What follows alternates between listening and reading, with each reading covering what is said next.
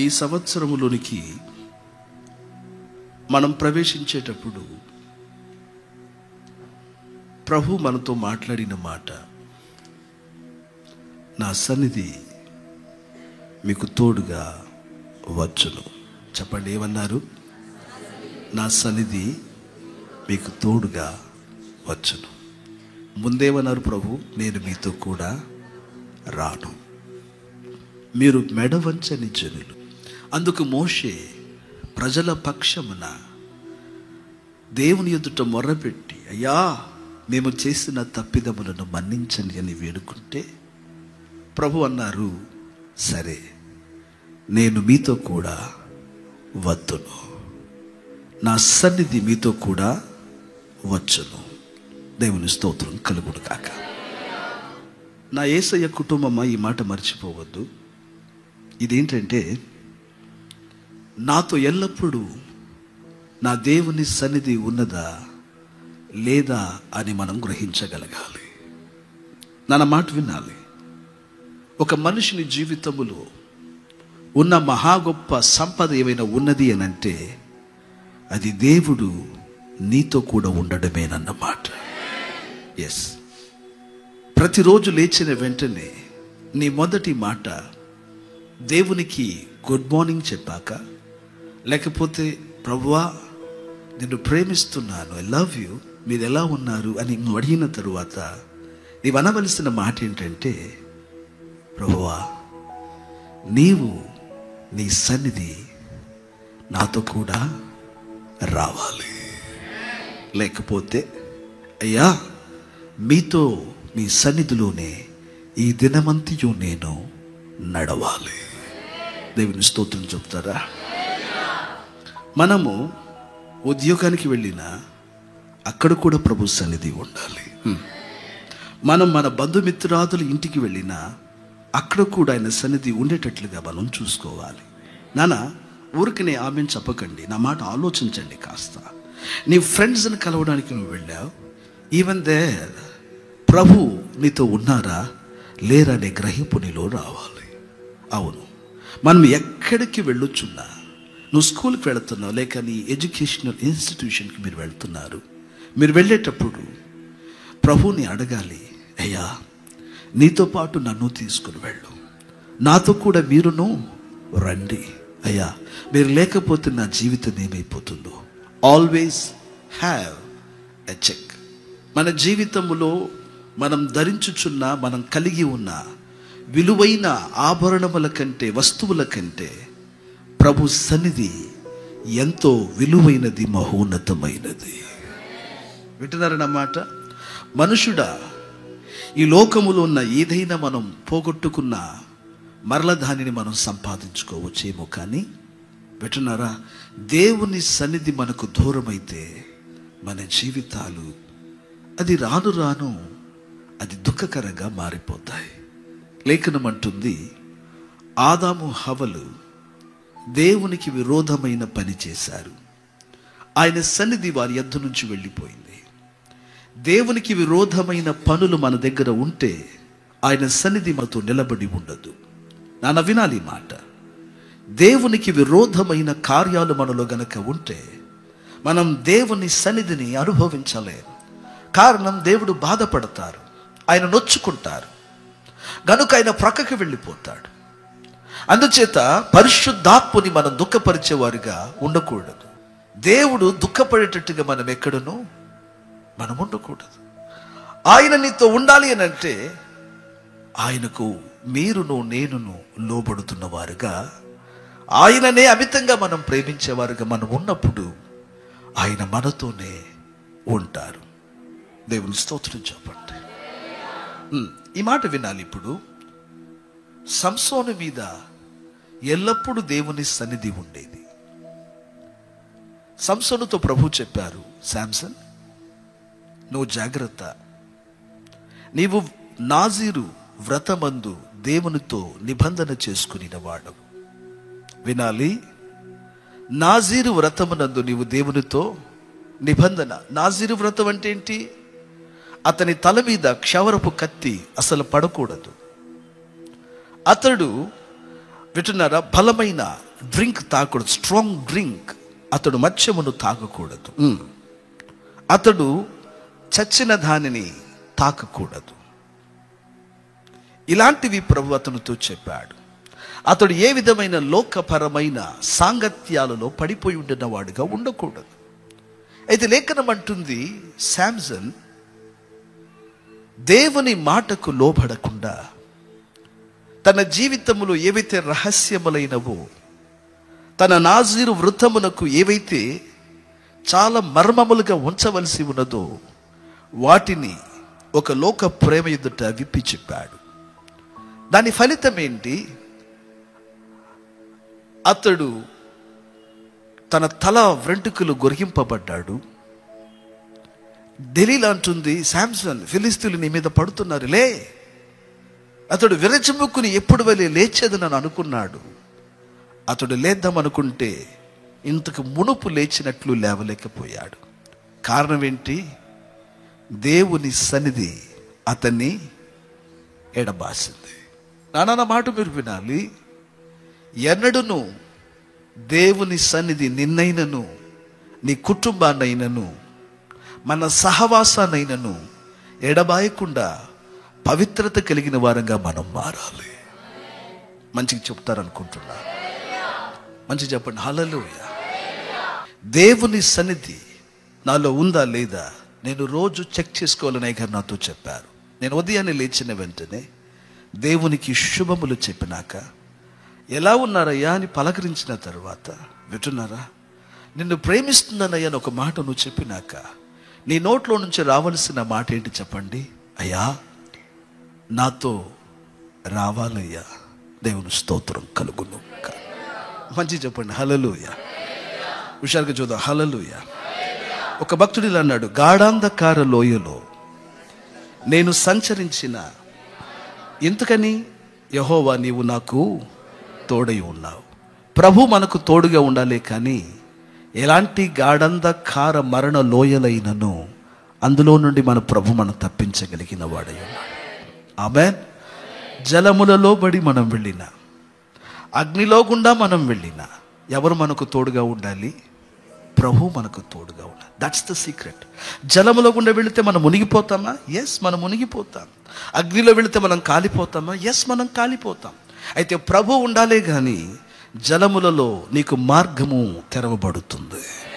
జలములు నీ మీద పొంగి పొర్ల జాలవు, జ్వాలలు నిన్ను కాల్చ జాలు. కారణం ఏంటంటే ప్రభు నీతో నాతో ఉన్నారు కాబట్టి.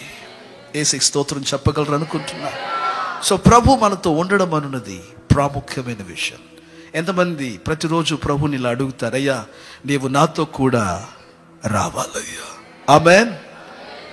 నీవు నాతో కూడా రావాలయ్యా. చెప్పండి ఆ మాట అందరూ. నీవు నాతో కూడా రావాలయ్యా. ఆయన మనతో వస్తే ప్రతి పనులు సఫలమవుతాయి. ఆయన మనతో వస్తే జయం ఖాయమేస్తున్నాము. ఆయన మనతో గనక వస్తే పరిశుద్ధతలో మనం నిలబడగలుగుతాం వేస్తున్నాం. ఆయన మనతో రావాలే కానీ నలువైపుల మనకు భద్రత క్షేమం ఉంటుంది యేసుని నామమున. దేవునికి మహిమ కలుగును గాక. మంచి చెప్పండి. హల్లెలూయా. సింహాల బోనులోనికి దానియేలు విసరబడ్డాడు. అయితే సింహములు ఒక్కటి కూడా అతన్ని హాని చేయలేదు. దానికి కారణం ఏంటి? దానియేలు కంటే ముందు ఎవరు వెళ్ళారు? ప్రభు ఆ సింహాల బోనులోకి వెళ్ళారు. సింహాలన్నీ మౌనంగా దేవుని ఆరాధించడం మొదలుపెట్టినాయి. వారితో కూడా దానియేలు కూడా ప్రార్థించడం మొదలుపెట్టాడు. నా మాటలు వింటున్న వాళ్ళ ప్రభు నీతో ఉండాలే కానీ సింహముల నోళ్లను దేవుడు కట్టివేయగలిగిన వాడై ఉంటాడు. నీకు విరోధంగా శత్రువు, కొన్ని సందర్భాలలో మనుషులే కూడా, వింటున్నారా, కొన్ని సందర్భాలలో మనుషులే కూడా నీకు విరోధంగా సింహాలులాగా గర్జిస్తూ ఉండవచ్చు. అయితే వారి గర్జనల నుండి, వారి పంజాల నుండి నేను కాపాడగలిగిన వారు ప్రభు కాబట్టి always seek the presence of God. యేసుకి స్తోత్రం. చూద్దాం. విలువైన వస్తువును మీరు ఎక్కడో పెట్టారు అనుకుందాం. దానిని మనం ఎంతో ఎక్కడ పెట్టాను, నేను ఎక్కడుంచాను, వింటున్నారా, ఎక్కడుంచాను మనం వెతుకుతూ ఉంటాం. ఎక్కడో పెట్టాను, ఎక్కడో పెట్టాను. కొందరు ఎక్కడో పనుల హడావిడిలో ఎక్కడో ఉంచుతారు. అది ఎక్కడో వస్తువుల మధ్యలో పడిపోతుంది. దాన్ని వెతుకుతూ ఉంటారు. విలువైనమో అది చాలా విలువైనదండి అని అంటారు కదా.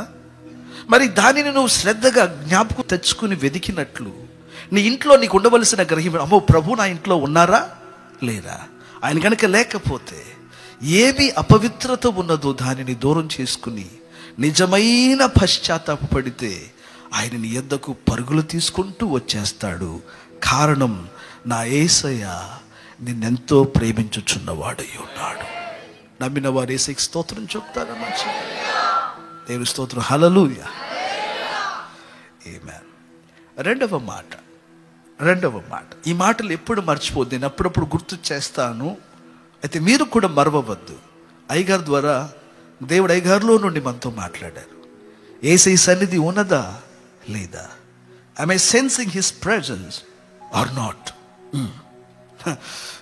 బైబిల్ గ్రంథములో యాకోబు వాళ్ళ అన్నతో గొడవపడి అమ్మా నాన్న ఇద్దరు చెప్పిన సలహా మేరకు వీడు ప్రాణం పోతుందేమోనని అన్నకు భయపడి పారిపోయి వాళ్ళ మామగారు ఊరికి వెళ్తున్నాడు.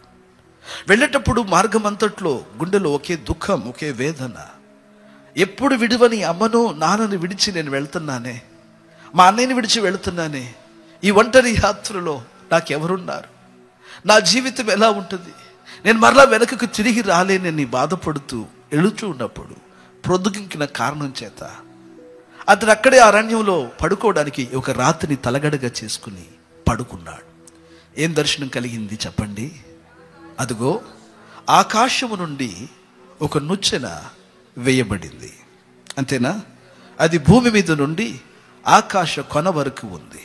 అందు మీద దేవుని దూతలు ఎక్కుచూ దిగుతూ ఉన్నారు. అదిగో ఆ ఆకాశ కొనలో ప్రభు సన్నిధి అతనికి కనబడుతుంది. వెంటనే యాకోబు నిద్ర మేలుకుని లేచి ఇలా అన్నాడు, నిశ్చయముగా ఇది ఓ భయంకరమైన స్థలం, దేవుడు ఈ స్థలమందు ఉన్నాడు. దేవుని స్తోత్రం కలుగునుగాక. అంతకుముందు లూజ్ అని పిలువబడిన ఆ స్థలమునకు బేథేల్ అనగా దేవుని ఇల్లు అని పేరు పెట్టాడు. దేవుని స్తోత్రం చెప్పండి గట్టిగా. దేవుని సన్నిధి ఎక్కడ ఉంటే అది దేవుని ఇల్లు. ఆమేన్. మళ్ళీ చెప్పాలనుకో, ఎక్కడైతే దేవుని సన్నిధి ఉంటుందో అది దేవుని ఇల్లు. ఎస్, ప్రియమైన దేవుని పిల్లలారా, ఆ ఒంటరి ప్రయాణములో ఉన్న వానికి, ఏ దిక్కు లేని వానికి ప్రభు ఆ రోజున చూపిన దర్శనాన్ని బట్టి ఉన్నాడు. ఆమేన్ చెప్పండి. ఆమేన్. హల్లెలూయా.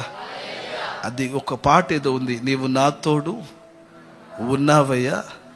చెప్పండి, నాకు భయమేల నా యేసయ్య, నీవు నాలోనే ఉన్నావయ్యా, నాకు దిగులేల నా యేసయ్య. ఎంతమంది చెప్తారు ఈ మాట? నాతో యేసయ్య ఉన్నారు, నాలో యేసయ్య ఉన్నారు. ఎవరితోనైతే యేసయ్య ఉంటారో వారి జీవితాలలో భయములు దిగుళ్ళన్నీ పారిపోతాయి. వారి జీవితాలలో నిరీక్షణ చిగురిస్తుంది.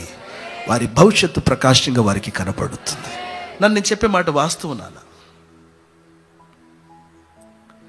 ప్రభు నీతో ఉండాలనే కానీ నీకు భయములు ఉండవు నాన్న.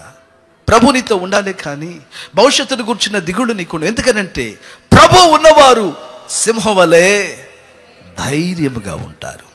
దేవునికి నిరంతరం మహిమ కలుగునుగాక. మంచి చెప్పండి. హల్లెలూయా. ఇప్పుడు రెండవ మాట. మొదటి మాట మనం నేర్చుకుంటున్నాం, దేవుని సన్నిధి మనతో ఉన్నదా లేదా అప్పుడప్పుడు చెక్ చేసుకుంటూ ఉండాలి. ఇప్పుడు రెండవ మాట, మనం చదువుకున్న లేఖన వాక్యం హెబ్రీయులకు రాయబడిన పత్రిక 6వ అధ్యాయము 13-14 వాక్యంలో ప్రభు చెప్పారు ఏమని? నేను నిన్ను నిశ్చయముగా అన్నాడన్నమాట.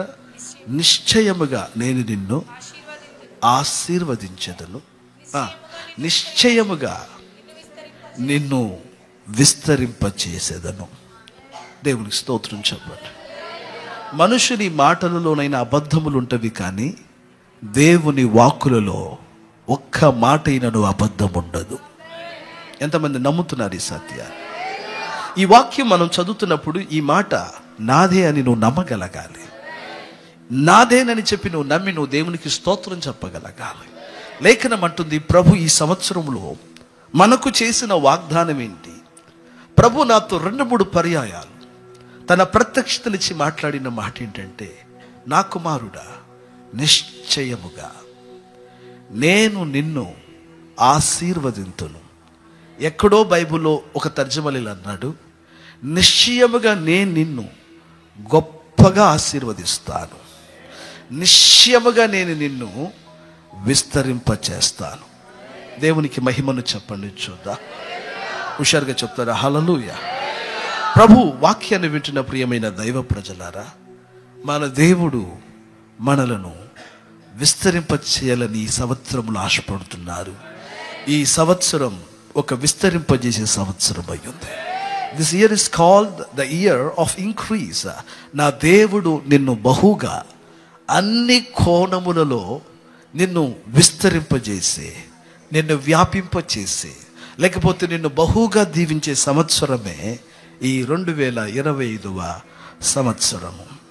దేవునికి మహిమ కలుగును. యేసుక్రీస్తు ఒక రోజున అరణ్యమైన ఒక ప్రదేశానికి వెళ్ళారు. విస్తారమైన ప్రజలు యేసు ఆ అరణ్యములో ఉన్నారని కనుగొని దోణలు వేసుకుని యేసుని కలవడానికి వెళ్ళారు. యేసుక్రీస్తు యొద్దకు రోగులు, వ్యాధిగ్రస్తులు, నానా విధములైన సమస్యలు కలిగిన వారిని తీసుకుని వచ్చారు.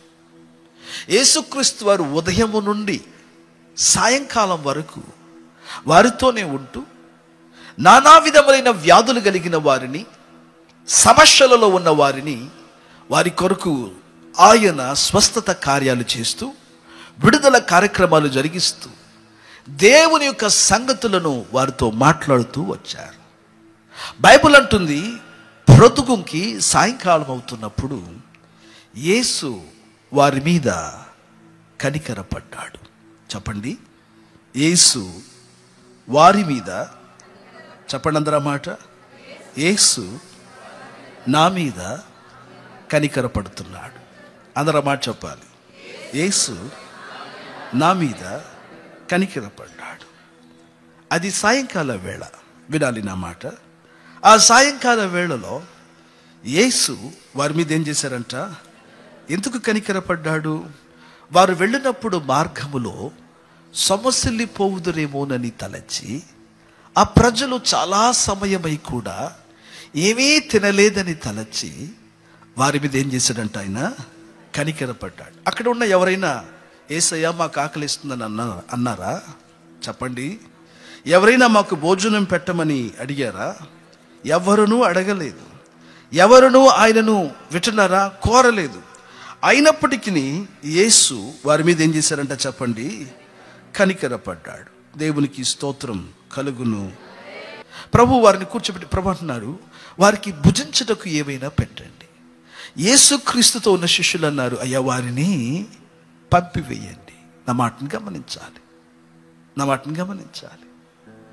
మనుషులు సహజంగా మనుషుల అవసరతలను తీర్చలేక సాధ్యమైనంత వరకు దూరం చేసుకోవడానికి, దూరంగా వారిని పంపించడానికైనా, వీరు దూరంగా అవడానికైనా ఇష్టపడతారు. అయితే లేఖనం మాట్లాడుతుంది, యేసుకు దూరంగా ఉండి మనము తృప్తిగా జీవించలేము. ఈ మాట గుర్తుపెట్టుకోవాలి. వారంటారు, ఈ ప్రజలను మనం పంపివేద్దాం, వీరందరికీ మనం భోజనము పెట్టలేం. అయితే సత్యం ఏంటంటే, ప్రభువునకు దూరంగా ఉండి మనం తృప్తిగా జీవించలేం. నీ జీవితంలో ఏ విషయంలోనైనా నువ్వు తృప్తిని అనుభవించాలని ఆశపడితే, ఏ విషయంలోనైనా if you want to be well fed, అది ఏ విషయమైనా, అది భౌతిక పరంగా, ఆర్థిక పరంగా, ఆధ్యాత్మికంగా ఏ విషయంలోనైనా ఒక తృప్తితో నిండిన జీవితం నీకు రావాలి అని అంటే, ప్రభువుకు దూరంగా ఉంటే అది వచ్చేది కాదు. ప్రభుతోనే మనం ఉండగలగాలి. కొన్ని సందర్భాలలో, నా మాటలు వినాలి, కొన్ని సందర్భాలలో ప్రభువుకు దూరంగా ఉంటే జీవితం బాగుండిద్ది అని కొందరు సలహాలు చెప్తారు. రై, నువ్వు మంచిగా, నువ్వు బాగా బ్రతకాలంటే ఎప్పుడు ప్రభు అని ప్రభుతోనే ఉండటం కాదురా. లోకం సలహా చెప్పింది. ప్రభు అంటూ ప్రభుతోనే ఉండడం కాదు, కాస్తంత ప్రభునకు దూరంగా ఉండి మన పనులు చేసుకోవాలి. అప్పుడు దేవుడు మనల్ని కూడా దీవిస్తాడు. నా మాట గమనించాలి. అయితే లేఖనం మాట్లాడుతుంది, దేవునికి దూరముగా ఉండి మన జీవితములో మనం తృప్తిని అనుభవించలేం. బట్ లోకం అంటుంది కొన్ని సందర్భాలలో మనం తృప్తిని, ఆనందమును, ఆహ్లాదమును అనుభవించడానికి ప్రభు యొద్ద నుండి కొన్ని సందర్భాల్లో మనం దూరం చేస్తుంది. లేఖనములో తప్పిపోయి తిరిగి వచ్చిన కుమారుని గురించి మనం లేఖనంలో చదువుతాం. వాడు ఒక కాలమునకు తండ్రిని విడిచాడు. వాడు అనుకున్నాడు, మా నాన్నతో ఉంటే నేను బాగుండలేకపోతున్నాను, మా నాన్నతో ఉంటే నాకు సెల్ఫ్ డెవలప్మెంట్ లేదు, మా నాన్నతో ఉంటూ నాకంటూ ఒక ఐడెంటిటీ లేదు, నాకంటూ ఒక గుర్తింపు లేదు. నేను బయటికి వెళ్తే నాకు క్రొత్త ఐడియాస్ ఉన్నాయి, నాకు క్రొత్త ఆలోచనలు ఉన్నాయి, కనుక నేను బయటకు వెళ్ళి నా ఫ్రెండ్స్తో కలిసి నేను పార్ట్నర్షిప్లో నేను ఏదో వ్యాపారం చేస్తానని అతను అనుకున్నాడు. అయితే లేఖనం అంటుంది, వాడు తండ్రిని విడిచి దూరముగా వెళ్ళిన తరువాత లైఫ్లో సంతృప్తి కంటే కూడా అన్నిట్లో ఏం కలిగిందంట?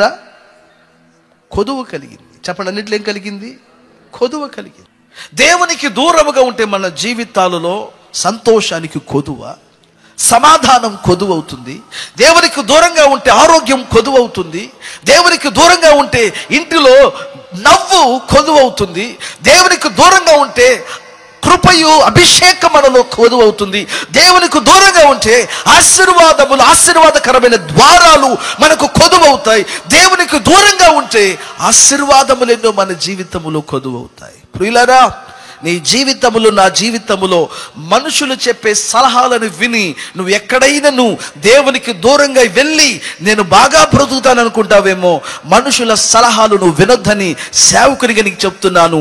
దేవునికి దూరంగా ఉండి బ్రతకగలవేమో కానీ అయితే ఒక తృప్తికరమైన జీవితం నువ్వు జీవించాలి అంటే, వింటున్నారా, నువ్వు దేవునికి దగ్గరగా జీవించగలిగిన వాడుగా ఉండాలి.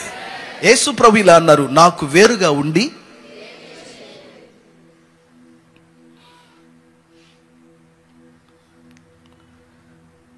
కానీ మనం దేవునికి దగ్గరలో మనం ఉండాలి. కొదువులు ఉన్నా కొదువులు లేకపోయినా, ఆరోగ్యం ఉన్నా ఆరోగ్యం లేకపోయినా, కలిమి ఉన్నా లేకపోయినా, వింటున్నారా, no matter what growth you have, no matter what stature you have grown into, no matter what heights you have been elevated, వింటున్నారు నా మాట, నువ్వు ఎంత స్థితిలో ఉన్నా సరే ఒకటి గుర్తుపెట్టుకో, ప్రభుకు దగ్గరగానే ఉండు.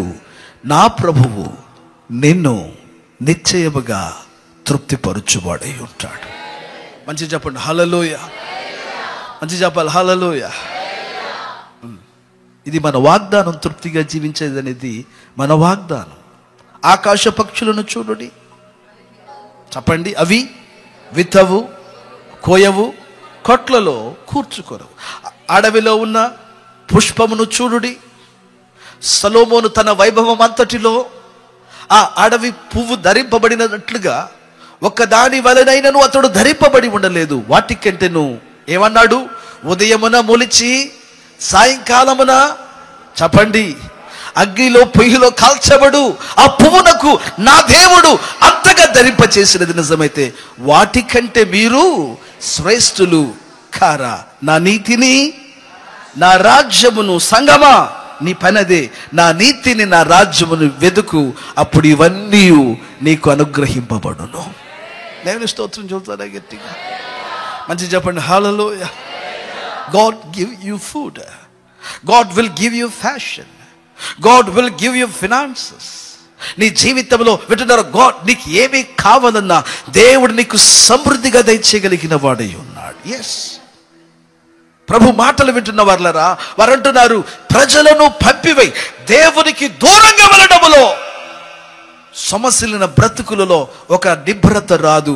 దేవుని దగ్గర ఉంటేనే సొమసిలిన ప్రతి వారిని ఆయన లేవనెత్తగలిగిన వాడై ఉంటాడు. మంచి చెప్పండి హల్లెలూయ. ప్రభు అంటున్నారు, లేదు, మీరే వారికి భోజనం పెట్టండి. సో మొదటి రహస్యం మనం నేర్చుకోవాల్సింది ఏంటంటే, నేను దేవునికి దగ్గరగా ఉండాలి. ఆమేన్ చెప్తారా? నో మ్యాటర్ వాట్, నేను ఎక్కడ ఉండాలి చెప్పండి? దేవునికి దగ్గరగానే నేను ఉండాలి. దూరముగా పోయిన ఓర్పా సంగతి నాకు తెలీదు. దేవునికి దగ్గరగా ఉన్న రూతు చరిత్రలో ఒక ప్రాముఖ్యమైన తల్లిగా కొనియాడబడుతుంది. నాన్న విను నా మాట, మళ్ళీ చెప్తున్నాను. ఈ దృష్టాంతములన్నీ నీ ముందర నేను ఎందుకు పెడుతున్నాను? దానికి కాదు నువ్వు సత్యాన్ని దయచేసి లోపలికి తీసుకోనాన్న. ఈరోజు యేసయ్య నాతో ఏం మాట్లాడుతున్నారు? నేను ఎట్టి పరిస్థితుల్లో దేవునికి దూరంగా వెళ్ళకూడదు. ఆమేన్. ఎస్, నా జీవితంలో దేవుని వాగ్దానాలు నెరవేరాలి అని అంటే, నా జీవితంలో దేవుని వాక్కులు జరగాలి అని అంటే, నేను నేర్చుకోవాల్సిన సత్యం ఏంటంటే, దేవుని విడిచి దూరంగా వెళ్ళకు, మనుషుల సలహాలను తీసుకోకు. దేవునికి దూరముగా ఉండి ఏ మనుషుడు ఒక సంతృప్తి జీవితాన్ని జీవించలేడు. అయితే దేవునికి దగ్గరగా దేవునిలో మనం జీవించగలిగితే you will live the life of abundance and a life of increase. ఒక సంపూర్ణమైన జీవితాన్ని అనుభవించగలుగుతావు. రెండో మాట, దీనిలో రెండో మాట లేఖనం అంటుంది, అక్కడ చిన్న పిల్లవాడి దగ్గర ఏముందంట? 5 రొట్టెలు 2 చేపలు ఉన్నవి. అంతేనా? వాటిని తెచ్చి ఎవరికి ఇచ్చారు? ప్రభువునకి ఇచ్చారు. చెప్పండి అందరూ, ఎవరికి ఇచ్చారు చెప్పండి? ఏమున్నాయి? 5 రొట్టెలు. ఎంతమంది ఉన్నారు అక్కడ? పురుషులే 5,000 మంది, మైనస్ విమెన్ అండ్ చిల్డ్రన్. స్త్రీలను మరియు చిన్నపిల్లలు గాక పురుషులే 5,000 మంది ఉన్నారు. నా మాటలు మీరు గమనించాలి నాన్న. అప్పుడు వాక్యాన్ని వింటున్న ప్రియమైన దైవజనమా, యోచన చేయాలి ఈ మాట. 5,000 మంది పురుషులే ఉన్నప్పుడు ఈ 5 రొట్టెలు 2 చేపలు సరిపోయేవి కా. అయితే లేఖనం అంటుంది, వారి దగ్గర ఉన్నది ఏదో దాన్ని తీసుకుని చేంజ్ చేశారు, ప్రభు ఎదుట దానిని సమర్పించారు. నా మాట మీరు వినాలి, నా మాట మీరు వినాలి. ఒకటి, ప్రభు దగ్గర ఉంటేనే మనం సంతృప్తి నొందుతాము. రెండవది, నీ దగ్గర ఏమి ఉన్నా, నీ దగ్గర ఉన్న ఏది ఉన్నా దాన్ని తీసుకుని వచ్చి దేవుని చేతుల్లో పెట్టు. ఈ మాటని ఇలా చెప్తాను వినండి. నువ్వు ఇచ్చేది, నువ్వు దేవుని సన్నిధిలో సమర్పించేది నీ పూర్ణతను కాదు, నీ కొదువనే నువ్వు సమర్పిస్తున్నావు. ఈ మాట నువ్వు వినాలి. These 5 loaves of bread and 2 fish are not sufficient. They are lower than insufficient. వింటున్నారా? అవి సరిపోయేవి కాదు. అది ఒక లోటు, అదొక లోపం, అదొక వెక్కిరింపు లాంటిది అది. బట్ బైబిల్ అంటుంది, వచ్చి అది దేవుని చేతిలో పెట్టగలిగాడు. నాన్న విను, నీ కొదువ లేదైనా, నీ కొరత లేదైనా, నీ షార్ట్ కమింగ్స్, నీ దౌర్బల్యము లేదైనా తీసుకుని వచ్చి, అది మంచిదైనా అది చెడ్డదైనా దేవుని చేతులలో పెట్టడానికి నేర్చుకో. దేవుని స్తోత్రం చెప్పండి. మంచి చెప్పాలి. హల్లెలూయా. నా మాటలు వినాలి. ఎప్పుడు కూడా నీకు బాధ కలిగినప్పుడు ఎవరి దగ్గర కన్నీళ్లతో నిలబడబాకు, గుర్తుపెట్టుకో. ఎందుకంటే అది ఎదుటి వాడికి నీ మీద ఒక పెత్తనానికి అవకాశంగా ఉంటుంది. ఎట్టి పరిస్థితుల్లో ఎన్నడూ కూడా ఏ మనిషి ముందర కూడా కళ్ళ నీళ్లతో మన నిలబడకూడదు. అసలు కన్నీళ్లతో నిలబడగలిగిన ఒకే ఒక వ్యక్తి ఎవరైనా ఉన్నారంటే ఆయన యేసు ప్రభు మాత్రమే. లేకపోతే ఒక రోజున చెప్పి చూపిస్తారు, ఆ రోజున ఆ అమ్మాయి లేకపోతే ఆ రోజున ఆ కుర్రాడు కన్నీళ్లలో ఉన్నప్పుడు నా దగ్గరకు వస్తే నేనండి ఆదరించాను అని అంటారు. నా యేసయ్య మాటలు వింటున్న వారు గమనించాలి. ఎంత కన్నీరు వచ్చినా, ఎంత దుఃఖం కలిగినా నీ కన్నీళ్లతో వెళ్ళి దయచేసి నీ ఇంట్లో వాళ్ళ ముందర కానీ బయట వాళ్ళ ముందర కానీ నిలబడొద్దు. నీకు కన్నీరు కలిగితే నువ్వు నిలబడగలిగిన వ్యక్తి ఒక ఆయన ఉన్నారు, నీ కొదువులను పోడ్చగలిగిన ఒక ఆయన ఉన్నాడు. ఆయనే మనమందరం ఆరాధన చేస్తున్న నజరేయుడైన యేసుక్రీస్తు వారై ఉన్నారు. ఆయన గనక నీ ఏమంటారు, చమ్మగిల్లినా లేకపోతే దారులై కారుతున్నా నీ కన్నీళ్ల మీద గనక ఆయన చేయి పెట్టగలిగితే దానిని శాశ్వతంగా ఆయన తుడిపి వేస్తాడు.